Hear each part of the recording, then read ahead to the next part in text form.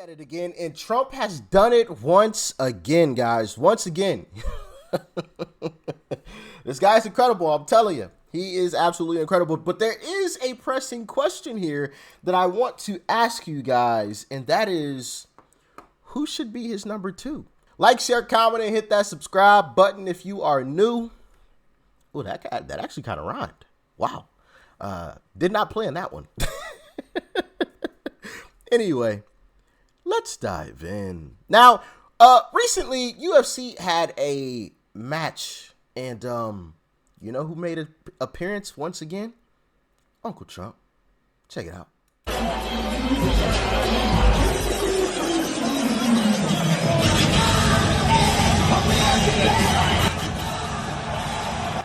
I'm gonna have to like mute that for a second because the audio is gonna get this video taken down. Trump coming in to lots of cheers. Do you notice anybody close to him? Did you catch it? Like I said, sorry about not playing the audio. I just want to make sure that this video stays up. And obviously, we got some music playing in the background there, so that creates a little bit of an issue, okay? Just a little bit. But, so, Trump showed up to UFC and absolutely shut it down. I mean, how strong that team is, making his way into the building. One of the bigger mixed martial arts fans I know, President Donald Trump, taking his octagon side seat for UFC 295. You guys know anybody walking with him? We got two title fights coming up at UFC 295 here in a matter of moments, live from Madison Square Garden. And absolutely incredible, right? Incredible stuff. You know, Trump is like the ultimate celebrity. I mean, he is the biggest of big celebrities. And I think that's one of the things that the left is having a problem contending with is, you know, they expected to be able to easily, you know, just kind of push him out of the way by throwing some dirt on him and throwing these indictments at his name, you know, typically. And I think he even touched on this. Typically when, you know, someone, a politician or whatever, is accused of something crazy or wild, they always come out with the same statement. You know, I think I'm going to take some time away and step away from this, blah, blah, blah. You know, the whole nine. They usually disappear. Trump ain't disappeared. He has not disappeared, and he gonna spin the block once he gets back in office, and they know it. But the next question that we should get to is, who should be his VP? Would you consider Tucker Carlson on your VP list? Oh, I wow. want to give you a hypothetical here. You're a big sports fan. You know, like Nick Saban's going to retire at some point. And if you talk to the athletic director at Alabama, he would say he has a list. So would Tucker Carlson be on your list of potential VPs?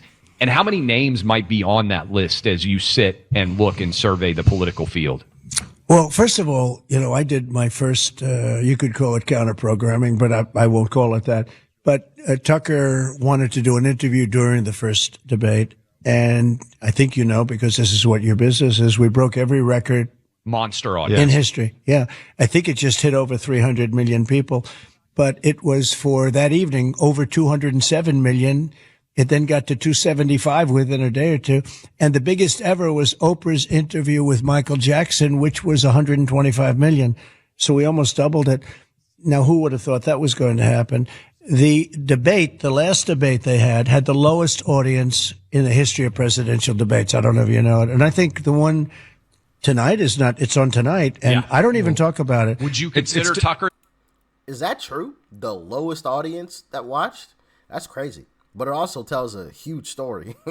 Though, that they based on those I numbers? like Tucker a lot. I guess I would. I think I'd say I would, because he's got great common sense. You know, when they say that you guys are conservative or I'm conservative, it's not that we're conservative. We have common sense. We want to have safe borders. We want to have a wall because walls work. You know what I used to say about walls? I'd say wheels and walls. Everything changes. the computer that you have in front of you in about a month from now will be totally obsolete. Right now, you have the finest equipment in the world, and in about a month from now, that equipment will be obsolete. The only two things for centuries that's not obsolete are wheels and walls, right? Pretty good. No, when you think about it, right? point. A wheel will always be a wheel. It's never going to change. And a wall will always be a wall. And it'll walls work all the time. No, walls work. Remember when they were saying walls they don't work? Yeah. And Remember walls? But Joe Biden's got a wall at his beach house, by the way. Yeah, and he does. And by the way, there are a lot of other walls. Nancy Pelosi has a wall also. And if she didn't have a wall, of course, it didn't work that well with respect to the husband. But, generally speaking, it would. The way Trump threw that slight jab in there. Well, it didn't work that well. So, yeah. Who would you guys say should be Trump's vice? I like Tucker. I don't think it's the best choice, though. I'll tell you why. I think Trump should pick someone like a Larry Elder. Yeah. We all know Larry Elder. Or even if he was willing to do it. Now, I highly doubt that he would. But if he wanted to, Thomas Sowell. Yeah. Incredible. Incredible. Incredible. Two incredible individuals, in my humble opinion. Right? Now, you can talk about the popularity of those individuals, and yes, that definitely, I think, should play a factor in him picking. But one of the things that, I think that should happen is we all know those two guys are incredible. Put that to the side. We all know that. It's been well documented. We've talked about those gentlemen in plenty of videos.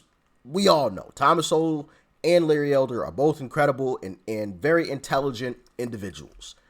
But they also have a trump card. They're black, right? And I know some of you are like, wait, Rich, what? Why you talking about that? Because it would make Democrats lose their effing minds. Lose their minds. Because, Democrats always preach about diversity. Oh, well, the Republicans have no diversity. Look at the Republicans. They ain't got no diversity. Okay.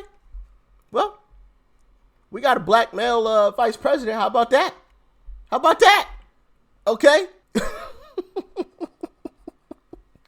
It would just drive them crazy. Drive them absolutely crazy. And you guys remember when Byron Donalds was running to become Speaker of the House, you didn't hear any criticism of him. The only person that criticized him was AOC, and she simply just said he didn't have a whole lot of experience. Find that interesting, huh? Do you not? Well, consider this. When Jim Jordan ran, when Mike Johnson ran, they had all types of criticism. I mean, it was coming out of the woodworks. The names and the claims and everything else in between. It was all over the place for Jim and all over the place for Mike. But only AOC was the only one that really criticized Byron. And it was just, he doesn't have a lot of experience. He doesn't know where the bathrooms are. You see what I mean? So not only do you drive them crazy by having a black vice president, but you also take some ammunition away from them. You give them nothing to run with. Zero, zip, zilch, nada. They can't run with the whole white supremacy, even though, the leader of their party is white too, which is just absolutely nuts that they even try that kind of stuff. But you in part take that away from them because they're going to use it. They're going to use everything in the book. Everything. Now, I'm not saying that they're going to win with it, but I do think it would be entertaining and funny to watch them lose their minds over having to try to criticize a black person when they've been, you know what I'm saying? Kissing booty. I do think it would be funny to watch the mental gymnastics on that subject. And also, like I said, those two gentlemen are absolutely, I didn't choose those individuals just because they're black. We all know Larry Elder. I mean, his recall ability, just like the stats that he's able to just boom, just middle of a conversation, they're talking about, some subject and Boom, here comes a statistic. Well, in 1985, they performed such and such study, blah, blah, blah, blah, blah. I'm just like, bro, how in the world do you do this? How do you do this? And Thomas Sowell is a similar individual, right? He's able to recall all types of statistics as well, and just has this just overall amazing wealth of knowledge in that mind. Like I said, I would love to sit down with Thomas Sowell and just really pick his brain on just everything.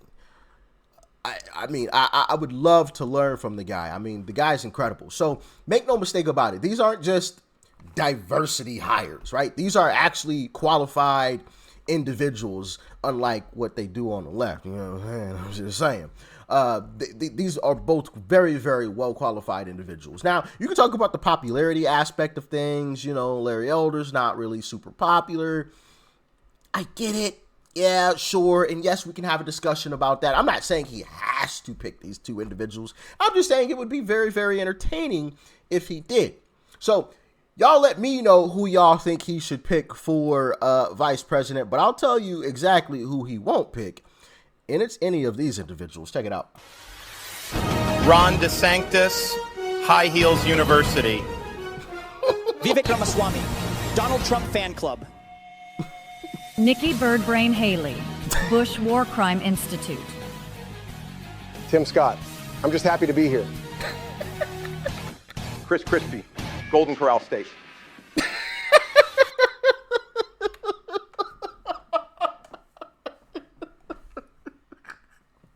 Chris Christie, Golden Corral State. Oh, man. Oh, jeez. Tim Scott, I'm just happy to be here. Hold on, what was DeSantis's, Ron DeSantis, High Heels University. High Heels University.